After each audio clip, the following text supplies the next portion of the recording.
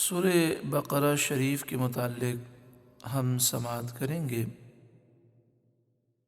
ہجرت سے پہلے مکی زندگی میں نازل ہونے والی صورتوں میں عقیدے اور اخلاق پر زیادہ زور دیا گیا ہے، اور ہجرت کے بعد نازل ہونے والی صورتوں میں مسلمانوں کے انفرادی اور اجتماعی نظام حیات، عبادات، سیاسیات، معاشیات، اقتصادیات کے اصول و احکام بیان کیے گئے ہیں۔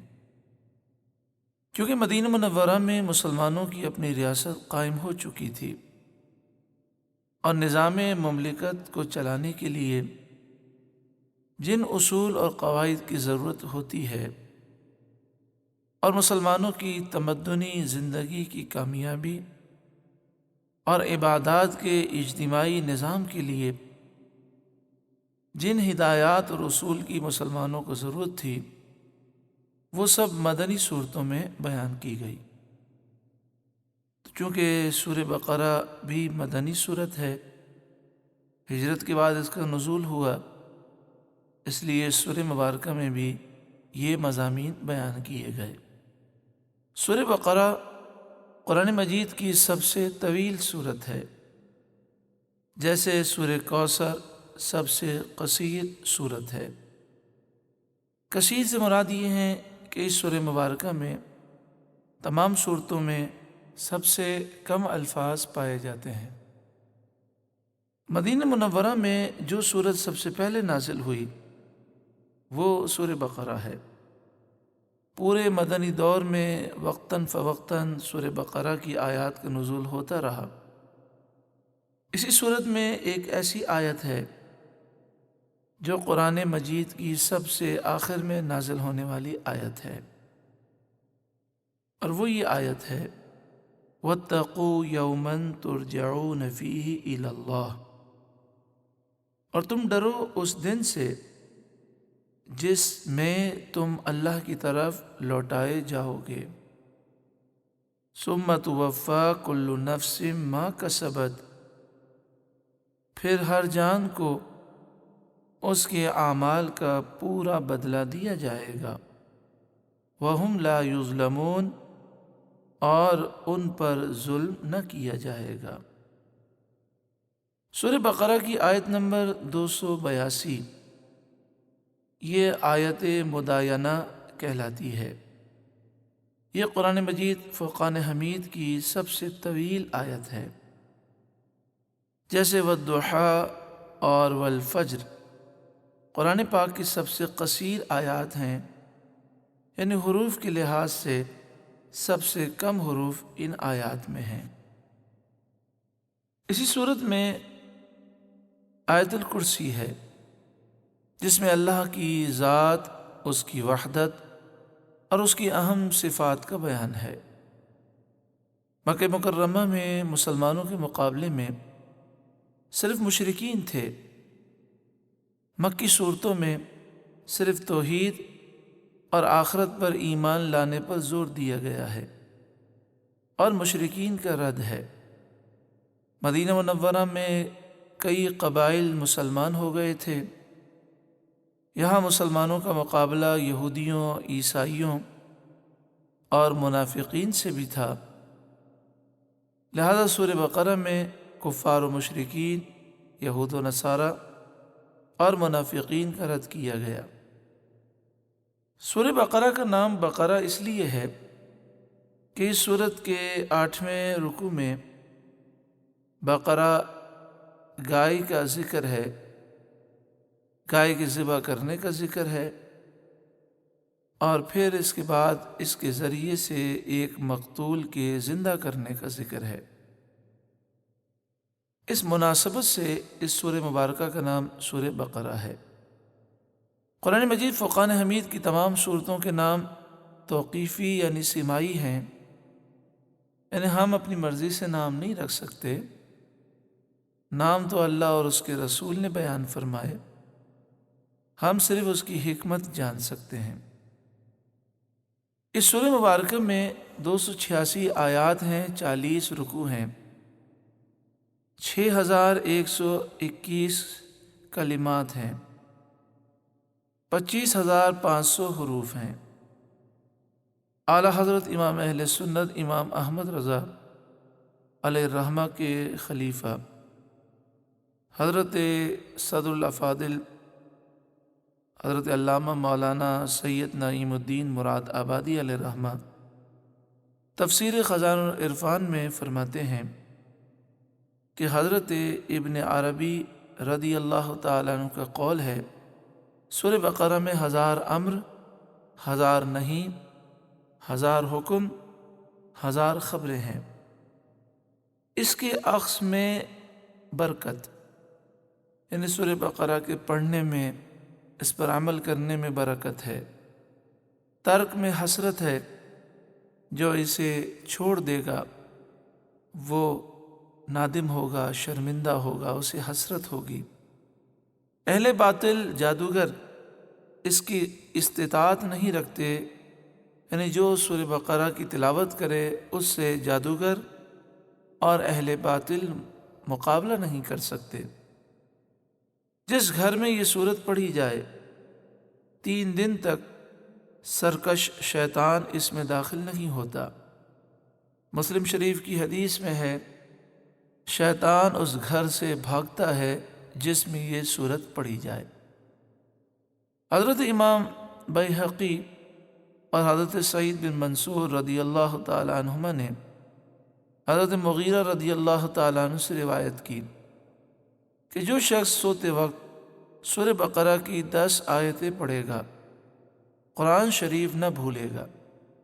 وہ آیتیں یہ ہیں، 4 آیتیں اول کی یعنی شروع کی 4 آیتیں، اور پھر آیت الکرسی، اور 2 آیت الکرسی کے بعد کی آیات، اور 3 سورت کے آخر کی آیات۔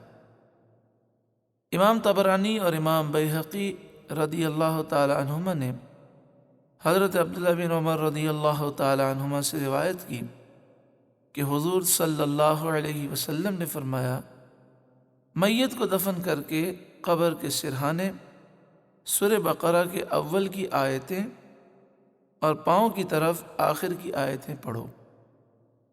مسلم شریف میں ہے، حضرت نواس بن سلیمان کلابی رضی اللہ تعالی عنہ بیان کرتے ہیں کہ رسول اللہ صلی اللہ علیہ وسلم نے فرمایا، قیامت کے دن قرآن مجید اور ان پر عمل کرنے والوں کو لایا جائے گا۔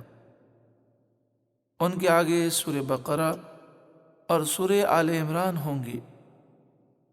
رسول اللہ صلی اللہ علیہ وسلم نے ان صورتوں کی 3 مثالیں بیان فرمائیں۔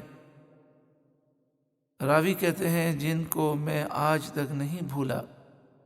فرمایا وہ ایسی ہیں جیسے 2 بادل ہوں یا 2 سیاہ صاحبان ہوں جن کے درمیان نور ہو، یا صف باندھے ہوئے پرندوں کی 2 قطاریں ہوں۔ وہ صورتیں اپنے پڑھنے والوں کی وکالت اور حمایت کریں گی، یعنی جو سورہ بقرہ اور سورہ آل عمران کی تلاوت کرتے ہوں گے یہ دونوں صورتیں ان کی شفاعت کریں گی۔ حضرت عبداللہ بن عباس رضی اللہ تعالی عنہما نے بیان کیا، ایک دن حضرت جبریل علیہ السلام نبی اکرم صلی اللہ علیہ وآلہ وسلم کے پاس بیٹھے ہوئے تھے۔ اچانک حضور صلی اللہ علیہ وسلم نے ایک آواز سنی۔ آپ نے سر اوپر اٹھایا۔ حضرت جبریل نے کہا، یہ آسمان کا ایک دروازہ ہے جس کو صرف آج کھولا گیا ہے اور آج سے پہلے کبھی نہیں کھولا گیا۔ پھر اس سے ایک فرشتہ نازل ہوا۔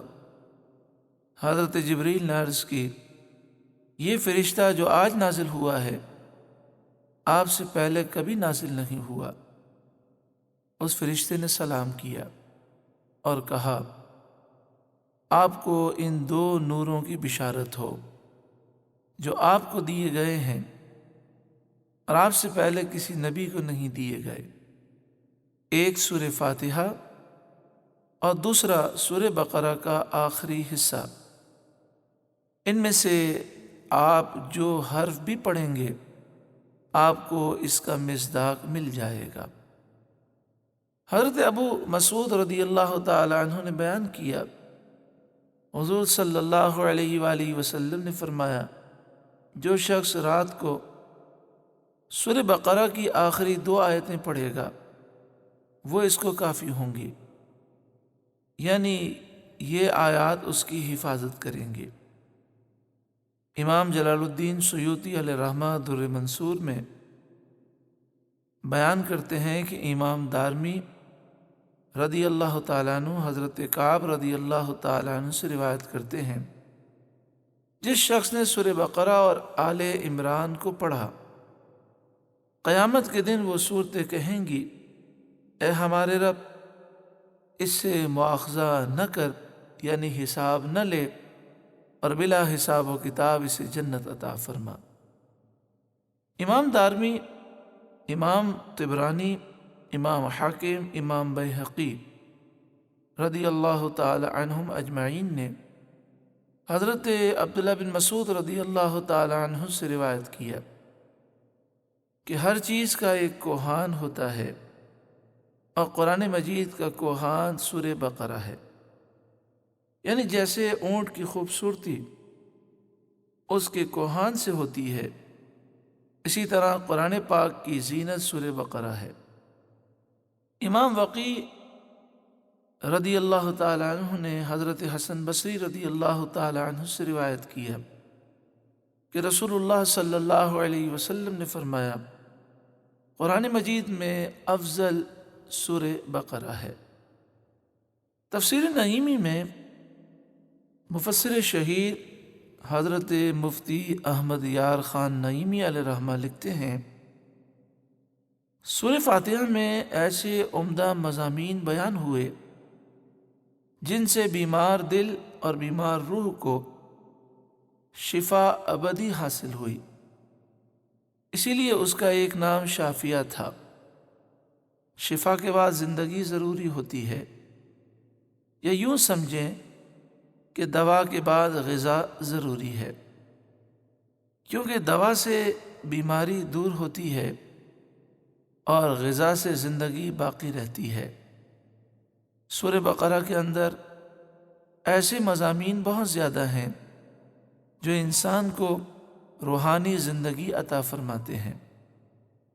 سورہ فاتحہ میں عبادت کا ذکر تھا، تو سورہ بقرہ میں روزہ، نماز، حج، زکوٰۃ وغیرہ سب کا ذکر آئے گا۔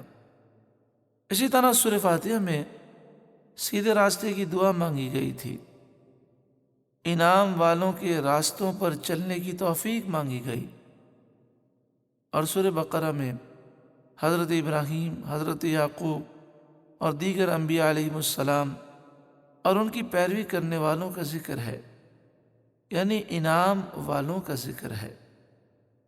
اسی طرح سورہ فاتحہ میں غضب والوں اور گمراہوں سے پناہ مانگی گئی تھی۔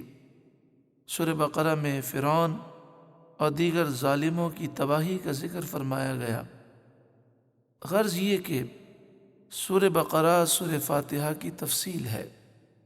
مسلم شریف میں حضرت سیدنا انس رضی اللہ تعالیٰ عنہ سے روایت ہے، آپ فرماتے ہیں، ہم میں سے جو شخص سورہ بقرہ اور سورہ آل عمران جانتا تھا اس کی بڑی عزت ہوتی تھی۔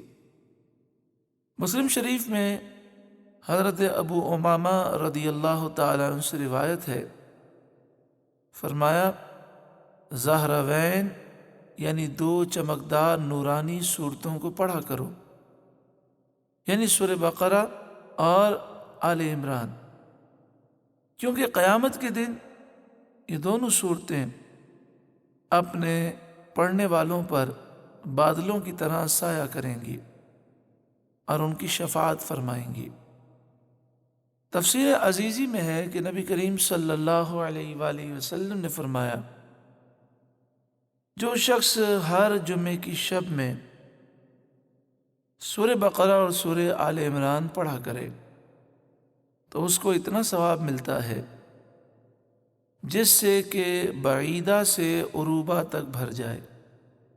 بعیدہ زمین کے آخری 7ویں طبقے کا نام ہے، اور عروبہ 7ویں آسمان کا، یعنی جو شب جمعہ سورہ بقرہ اور سورہ آل عمران پڑھنے کا معمول رکھے تو اسے اتنا ثواب ملتا ہے کہ 7 زمین 7 آسمان ثواب سے بھر جائے۔ اللہ رب العالمین ہم سب کو سورۃ البقرہ کی برکتوں سے مالا مال فرمائے، آمین بجاہ سید المرسلین صلی اللہ علیہ وآلہ وسلم۔